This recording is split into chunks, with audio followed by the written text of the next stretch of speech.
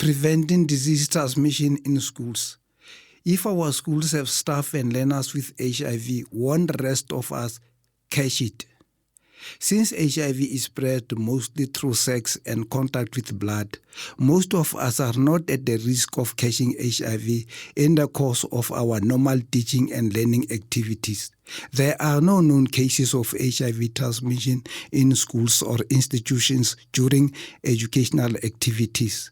But what if there are accidents and injuries in fights? There is a possible risk of HIV transmission through contact with infected blood.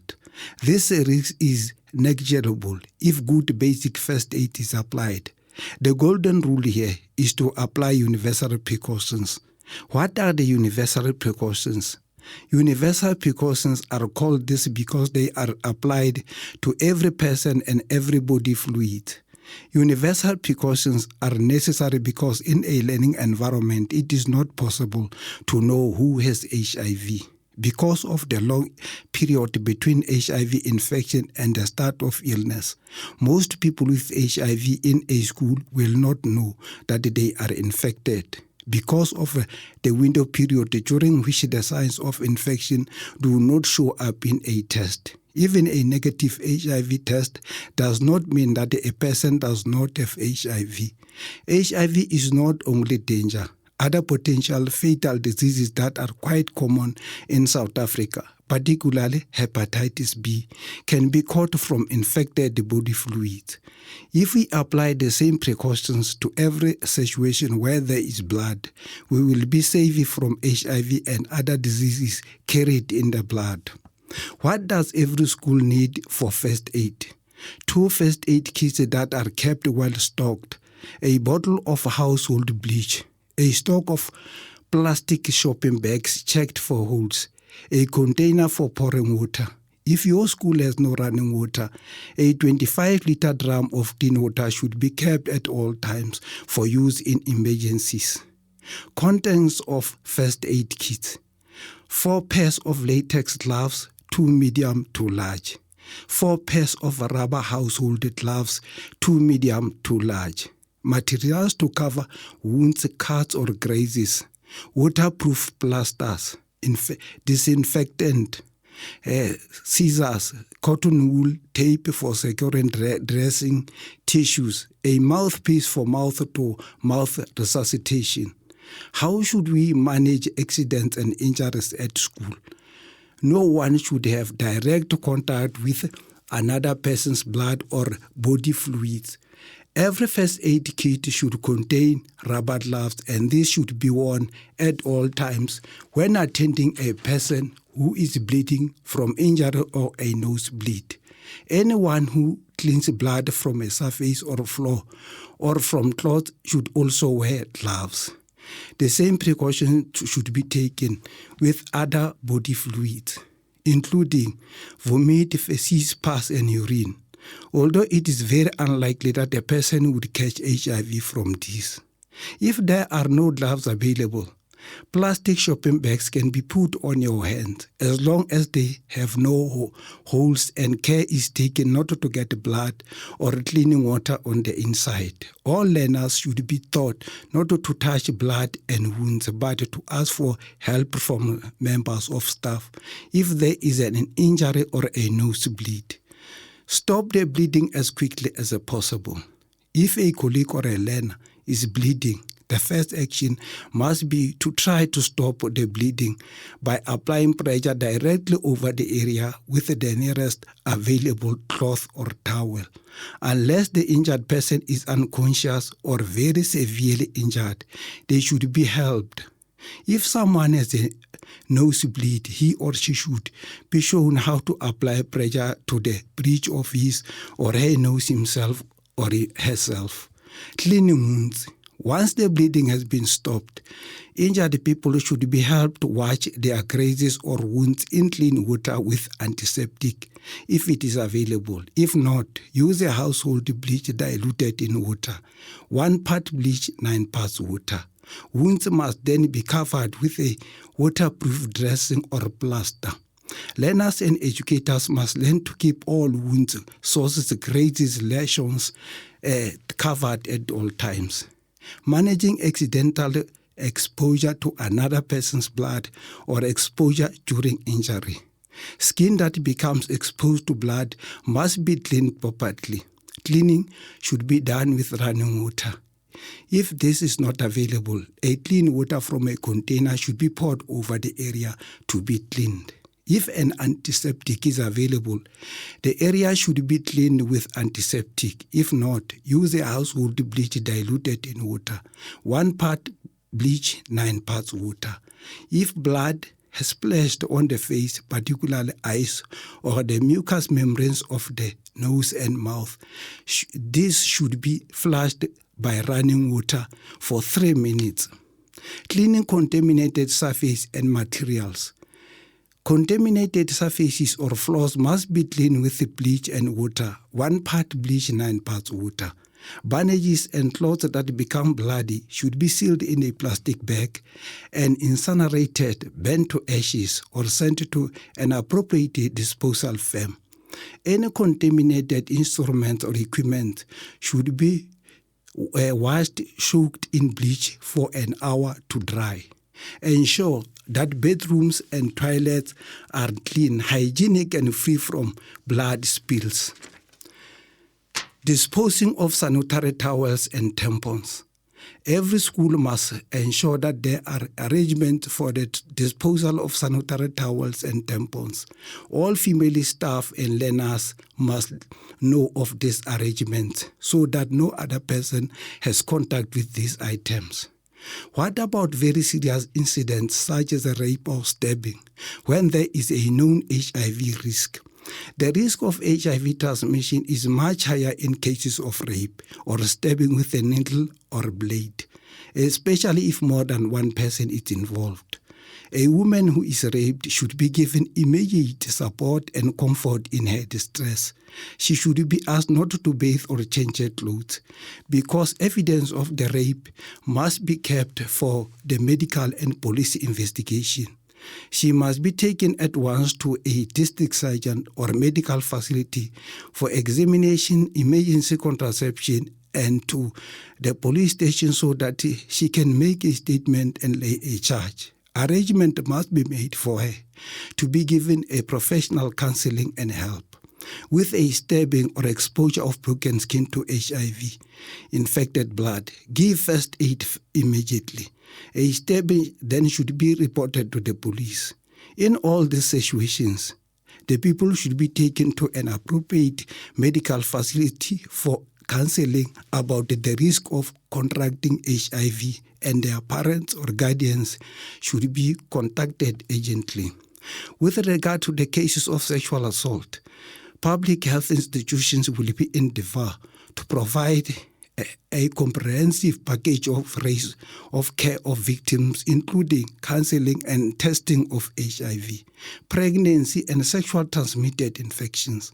Survivors will also be counseled on the risk of using antiretrovirals as a preventative drug so that they can make an informed choice. If they so choose, they will be provided with such a drug in public health institutions. Preventative drug treatment is also available in the private health sector that may reduce the risk of a person who does not have HIV from contracting the infection if raped or stabbed. Whilst the effectiveness of drugs in these circumstances is not proven, decisions about the use of these drugs must be taken quickly, as it is considered that they are most effective the sooner they are taken after the exposure. How can we prevent HIV transmission during sport? The only possible risk of HIV transmission is during contact sports where injuries can occur. Even here, the risk is extremely small if the following rules are applied. First aid kits with rubber gloves must be available during every sports session or match. No one should play a sport with uncovered wounds or injuries. If a graze or injury occur during play, the injured player should be called off the field, given the first aid, and only allowed back with their injury clean and covered. Blood-stained clothes should be changed. Educators and learners with HIV are advised to first to discuss with a doctor any possible risk to their health and of transmission during sports. Building an enabling environment and a culture of non-discrimination. HIV and AIDS will touch all of us. Even if we avoid catching HIV, very few of us will be untouched by it. Most of us will lose family members and friends to HIV. We will have more funerals to attend and need our colleagues to understand if we are placed under additional strain or have to take time off due to bereavement. Those of us who get HIV will find eventually that we become ill and need lengthy periods of sick leave. Our colleagues who are well will have to understand this and cover our teaching duties. Increasingly, we'll find we have learners with HIV and AIDS in our classes, and they will need special help when they become ill. Their attendance at the school will be affected, and they are likely to lose concentration and fall behind in their work. Special consideration must be given to them, including the chance to do schoolwork at home whenever possible. Home visits should be arranged by the school.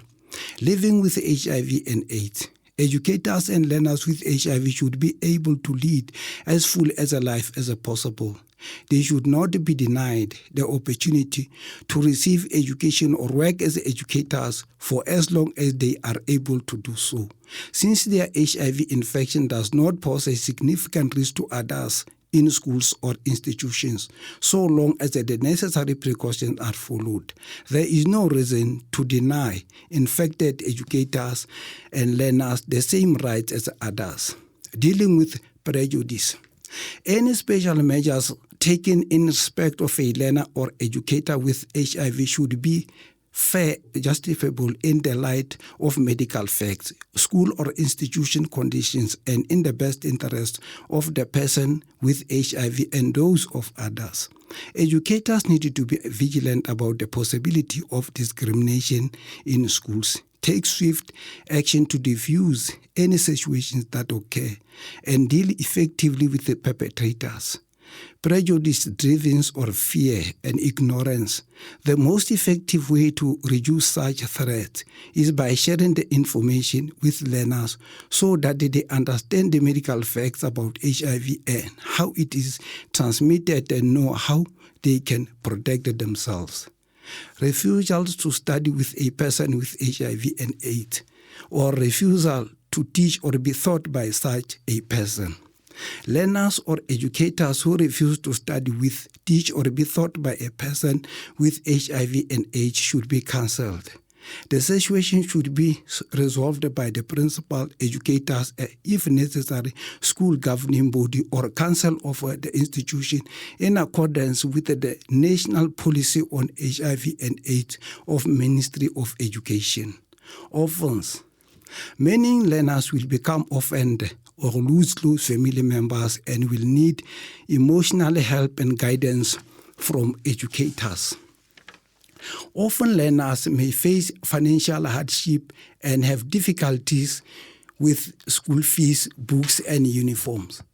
Some often may in fact be left to look after younger siblings. They may have to act as the head of their households, however young and in need of help they may be.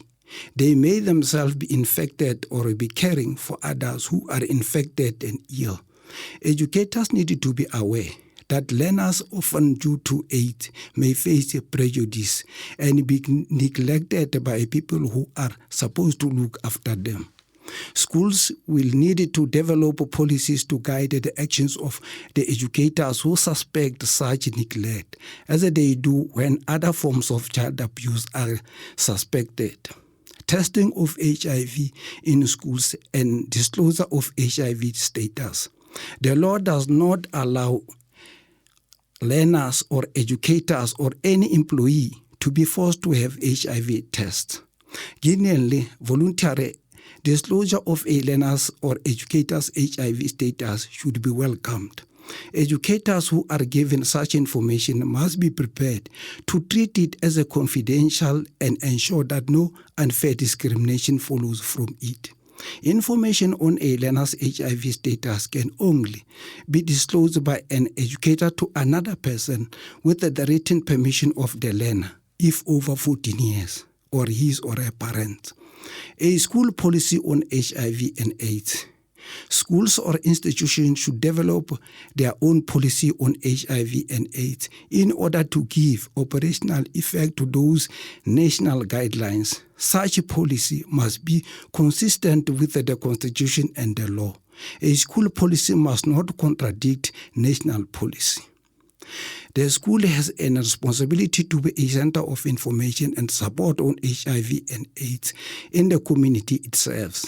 Major role players from the broader community, for example, religious and traditional leaders, local health workers, should be invited to participate in the developing the school's policy. If the resources are available, a school may want to establish a health advisory committee. This will be a committee of the governing body. Its membership should include staff, parents, learners, and health professionals. Someone with health knowledge should chair the committee. The committee should advise the governing body on the implementation of these guidelines. It should help develop the school's HIV policy and monitor its implementation, especially HIV prevention. The school's policy should be reviewed as the new scientific information becomes available, including advice from the national or provincial health or education authorities. Reducing the risk of transmitting illness to people with HIV and AIDS. Illness that may be relatively unimportant for a well person can be serious for other people and life-threatening if caught by a person with AIDS. Learners and educators with infectious diseases, including measles, mumps, German measles, chickenpox, and whooping cough, should consult a doctor and stay away from school until they are better. Schools should inform parents of this policy and strongly recommend that all children are fully vaccinated. Supporting sick learners. Learners and students are expected to attend classes in accordance with the legal requirements for as long as they are able to function effectively and pose no medical significant risk to others in schools or institutions. Every school with sufficient facilities should have an area where learners and educators who are feeling unwell can lie down during the day for short periods. This will enable learners who are sick to stay in school for longer if and when they become ill or pose a medical significant risk to others. They should be allowed to study at home, and academic work should be made available for this. Where possible, parents should be allowed to educate them at home. Some learners with HIV and AIDS may develop behavioral problems or suffer neurological damage. Such learners should be assessed and, where it is possible and appropriate, placed in a specialized residential institution for learners with special education needs. Some extracurricular activities can be very stressful for learners with HIV. Educators need to be sensitive to this and excuse such learners from participating when necessary. Medicines often have to be taken at set times in order to be properly effective. Educators need to be aware of this and allow learners with HIV to slip out of the class to take medication when necessary. Schools should help learners with HIV to form a support group or link with one in the community. Supporting sick colleagues. Educators and other staff who develop AIDS-related illnesses need understanding from their colleagues. Increasingly, they will need days off work or become exhausted during the day and need to lie down for some time. During these times, other members of staff will have to cover for them, and this will have an impact on their own work and well-being. The scale of HIV epidemic is so great in the country that until we all practice safer sex, these things will form part of a new reality with which we have to live. Educators often feel overburdened already and find it hard to see how they could do more work. Such feelings are very understandable. This emergency makes exceptionally demands on all South Africans. Perhaps we should remember that one day our well colleagues might have to cover for us, unless we protect ourselves from infection. The most important part of our work is to educate people to accept, love, and support those with HIV, so that we do not have to hide away or be silent. The more we hide away, the more pressure we feel, the sicker we get, and the faster we die. I thank you.